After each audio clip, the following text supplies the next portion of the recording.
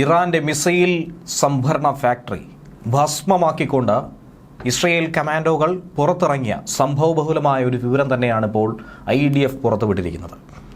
120 കമാൻഡോകൾ ഏകദേശം 21ഓളം യുദ്ധവിമാനങ്ങളുടെ അകമ്പടിയായി 300 കിലോയിലധികം bomb വർഷിച്ചുകൊണ്ട് missile ഫാക്ടറിയെ ഭസ്മമാക്കി മാറ്റുകയാണ് ചെയ്തിരിക്കുന്നത്. മിസൈൽ നിർമ്മാണ കേന്ദ്രത്തെ ഭൂമിക്കടിയിലേക്ക് പറഞ്ഞയക്കുകയാണ് ചെയ്തിരിക്കുന്നത്.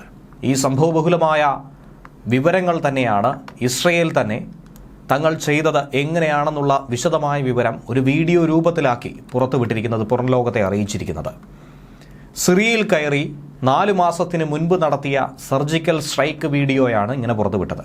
കൃത്യമായ ഡേറ്റ് പറഞ്ഞാൽ 2024 സെപ്റ്റംബർ 8-ാം തീയതി ഇസ്രയേലി വ്യോമസേനയുടെ 120 എലൈറ്റ് കമാൻഡോകളുടെ പ്രത്യേക യൂണിറ്റാണ് സിറിയൻ മണ്ണിലേക്ക് നുഴഞ്ഞു കയറി ഈ ഇറാനിയൻ മിസൈൽ ഫാക്ടറി പൂർണ്ണമായും നശിപ്പിച്ചു കളഞ്ഞത്. പടിഞ്ഞാറൻ സിറിയയിലെ മസ്വ മേഖലയിലെ ഒരു പർവ്വതം കുഴിച്ചാണ് ഇറാൻ ഇങ്ങനെ ഒരു ഭൂഗർഭ മിസൈൽ ഫാക്ടറി നിർമ്മിച്ചത്. ഇസ്രയേൽ സൈന്യം ഇത് മനസ്സിലാക്കി ഏറെക്കാലമായി നിരീക്ഷിക്കുകയായിരുന്നു. കൊലയാളി മിസൈലുകളെ അവിടെ നിർമ്മിച്ചുകൊണ്ട് ഇസ്രയേലിന് നേർക്കുള്ള ശത്രുക്കളുടെ കയ്യിലേക്ക്, ഇറാന്റെ പ്രോക്സികളുടെ കയ്യിലേക്ക് എത്തിച്ച് ലബനിലെ ഹിസ്ബുള്ളയുടെയും അസദിന്റെയും സേനകൾക്ക് വിതരണം ചെയ്തുകൊണ്ട് ഇസ്രയേലിനെ ഉപദ്രവിച്ചുകൊണ്ടിരിക്കുന്ന ഒരു നീക്കമായിരുന്നു നടന്നത്. എന്നാൽ അതിനെ ഉന്മൂലനം ചെയ്ത ഓപ്പറേഷന്റെ വിശദാംശങ്ങളാണ് ഇസ്രയേൽ പറയുന്നത്. നിരവധി വെല്ലുവിളികൾ ഉണ്ടായിരുന്നു. ഭൂപ്രകൃതി, സേനകളുടെ വിന്യാസം, അതോടൊപ്പം തന്നെ പോരാട്ടം നടന്നുകൊണ്ടിരിക്കുന്ന സാഹചര്യങ്ങൾ, ഇതൊക്കെ കൃത്യമായി മനസ്സിലാക്കി വിലയിരുത്തി വിമാനങ്ങൾ സൈനികരുമായി പറന്നുയർന്നു. സിറിയൻ ഭൂപ്രദേശത്തെത്തിയതോടെ റഡാറിൽ നിന്നും മറയാനായി, അവയുടെ കണ്ണ് വെട്ടിക്കാനായി വിമാനങ്ങൾ താഴ്ന്നു പറന്നു. സിറിയൻ സൈന്യത്തിന്റെ ശ്രദ്ധ മാറ്റാൻ വേണ്ടി സിറിയയുടെ തന്നെ മറ്റു ചില മേഖലകളിൽ പ്രോക്സി ആക്രമണങ്ങൾ ഇസ്രയേൽ നടത്തിയിരുന്നു. സിറിയൻ വ്യോമ പ്രതിരോധ സംവിധാനങ്ങൾ ശക്തമായിട്ടുള്ള ഒരു മേഖലയാണിത്. ഇവിടെയാണ് അവരുടെ കണ്ണ് വെട്ടിച്ചുകൊണ്ട് സിറിയൻ മിസൈൽ ഉൽപാദന കേന്ദ്രത്തിലേക്ക് കടന്നത്. സിറിയയ്ക്കും ലെബനിലെ സായുധ സംഘമായ ഹിസ്ബുള്ളയ്ക്കും മിസൈലുകൾ കൊടുക്കാൻ വേണ്ടിയാണ് ഇറാൻ ഈ കേന്ദ്രം ആരംഭിച്ചത്. ഇസ്രയേലി കമാൻഡോകൾ ഈ തുരങ്കത്തിനുള്ളിൽ കയറി 2.5 മണിക്കൂർ സമയത്തിനുള്ളിൽ തന്നെ സ്ഫോടക വസ്തുക്കൾ സ്ഥാപിച്ച് അരമണിക്കൂറിന് ശേഷം സുരക്ഷിതമായ മേഖലയിലേക്ക് എത്തി. ഇസ്രയേൽ ഓപ്പറേഷൻ ഈ നടത്തിക്കൊണ്ടിരിക്കുമ്പോൾ അന്ന് സിറിയ ബാഷർ അൽ അസദ് സർക്കാരിന് കീഴിലായിരുന്നു. പിന്നാലെ വിജയകരമായി പൂർത്തീകരിച്ച ഈ ഓപ്പറേഷൻ മെനി ബേജ് എന്നും സ്ട്രൈക്ക് നടന്ന മേഖലയിൽ ഡീപ് ലെയർ എന്നുമാണ് പേരിട്ടത്. വ്യോമസേനയുടെ ഷൽദാഗ് യൂണിറ്റാണ് ഓപ്പറേഷൻ നടത്തിയത്. സെർച്ച് ആൻഡ് റെസ്ക്യൂ യൂണിറ്റ് 669 എന്നിവരും ഒപ്പമുണ്ടായിരുന്നു. 3 ഭാഗങ്ങളാണ് കേന്ദ്രത്തിനകത്തുള്ളതെന്നാണ് ഇസ്രയേൽ കണ്ടെത്തിയത്. ഒന്നെന്ന് പറയുന്നത് അസംസ്കൃത വസ്തുക്കൾ സൂക്ഷിക്കുന്ന കേന്ദ്രം, മിസൈൽ നിർമ്മാണത്തിന് ആവശ്യമായിട്ടുള്ള.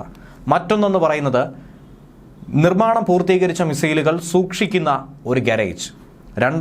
മൂന്നാമത്തേതെന്ന് പറയുന്നത് ഇതിൻ്റെ ഓഫീസ് സമുച്ചയമാണ്. 16 മിസൈൽ നിർമ്മാണ മുറികൾ ഈ കേന്ദ്രത്തിലുണ്ടായിരുന്നു. ഒരു വർഷം 100 മുതൽ 300-ലധികം റോക്കറ്റുകൾ വരെ ഈ കേന്ദ്രത്തിൽ നിർമ്മിക്കാനുള്ള ശേഷിയുണ്ടെന്നും ഇസ്രയേൽ വിലയിരുത്തുന്നു.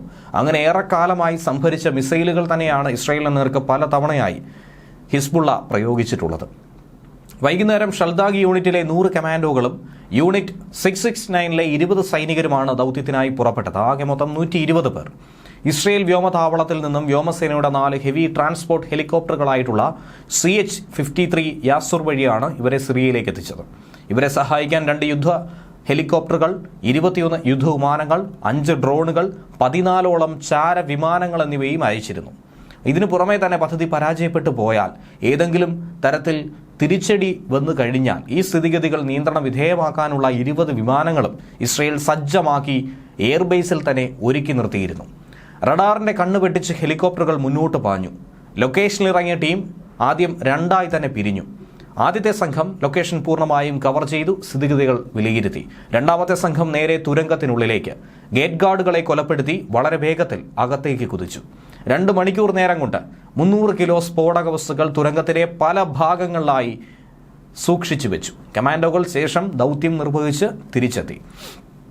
ടണൽ ഗേറ്റിൽ ഡിറ്റണേറ്ററുകൾ സ്ഥാപിച്ചു. അതിനുശേഷം എല്ലാ കമാൻഡോകളും ഹെലികോപ്റ്ററിലേക്ക് മടങ്ങുകയും ചെയ്തു. തിരിച്ചെത്തിയ ഉടൻ തന്നെ തുരങ്കത്തിൽ പൊട്ടിത്തെറിയാണ് സംഭവിച്ചത്. സ്ഫോടനം വളരെ ശക്തമായിരുന്നു. എന്തിനേറെ പറയുന്നു, ഒരു നേരിയ ഭൂകമ്പം പോലും ഉണ്ടായി. ആക്രമണം നടന്ന 1 മണിക്കൂറിന് ശേഷമാണ് സിറിയൻ സൈന്യത്തിന് പോലും സംഭവ സ്ഥലത്തേക്ക് എത്താനായി കഴിഞ്ഞത്. ആ സമയത്തേക്ക് സകലതും കത്തിച്ചാമ്പലായിരുന്നു. ഇസ്രയേൽ അതിർത്തിയിൽ നിന്നും 200 കിലോമീറ്റർ ദൂരവും സിറിയയുടെ പടിഞ്ഞാറൻ തീരത്ത് നിന്നും 45 കിലോമീറ്റർ ദൂരവും അകലെയായിരുന്നു ഈ മിസൈൽ നിർമ്മാണ കേന്ദ്രം ഇറാൻ സ്ഥാപിച്ചിട്ടുണ്ടായിരുന്നത്. ഹിസ്ബുള്ളയ്ക്ക് കേന്ദ്രത്തിൽ നിന്നും ആയുധങ്ങൾ വാങ്ങാൻ വളരെയധികം എളുപ്പമായിരുന്നു. 2017 ഇസ്രയേൽ ഒരു വ്യോമാക്രമണത്തിൽ ഇറാൻ റോക്കറ്റ് എഞ്ചിൻ നിർമ്മാണ കേന്ദ്രമായിട്ടുള്ള CERS നശിപ്പിച്ച ഒരു വാർത്ത പുറത്തു വന്നിരുന്നു. തൊട്ടു പിന്നാലെയാണ് ഇറാൻ ഇവിടെ ഒരു ഭൂഗർഭ മിസൈൽ ഫാക്ടറി നിർമ്മിക്കാൻ ആരംഭിച്ചത്. 2021 ഈ ഫാക്ടറിയുടെ നിർമ്മാണം ഇറാൻ പൂർത്തീകരിച്ചത്. ശേഷം ഇക്കഴിഞ്ഞ 4 വർഷക്കാലമായി അവർ പലതരത്തിലുള്ള മിസൈലുകൾ അവിടെ നിർമ്മിച്ചു പോരുന്നു. ഇതിനു പുറമെ തന്നെ മിസൈലുകളുടെ നിർമ്മാണം ആരംഭിച്ചപ്പോൾ ഇസ്രയേൽ ഇതിനെ ശ്രദ്ധേയമായി നോക്കി കാണുന്നുണ്ട്. വർഷങ്ങളായി തന്നെ ഇതിനെ പൂർണ്ണമായി നശിപ്പിക്കാനുള്ള ചിന്താഗതി ഉണ്ടായിരുന്നുവെങ്കിലും അതിനു പറ്റിയ ഏറ്റവും നല്ല സമയമായി കഴിഞ്ഞ 1 വർഷം നീണ്ടുനിന്ന ഹമാസും ഹിസ്ബുള്ളയുമായിട്ടുള്ള യുദ്ധത്തിനുള്ള അവസരം തിരഞ്ഞെടുത്തു. ഈ സമയത്ത് കൃത്യമായ ആസൂത്രണം നടത്തി. ഷൽദാഗ് യൂണിറ്റിന്റെ പരിശീലനവും കഴിവുകളുമൊക്കെ ഈ ദൗത്യം നിർവഹിക്കുന്നതിന് ഏറെ സഹായകരമായി. ഏറെ ദിവസം നീണ്ടുനിന്ന പരിശീലനത്തിന് ശേഷമായിരുന്നു ഈ ഒരു ആക്രമണം അവർ പദ്ധതിയിട്ടത്.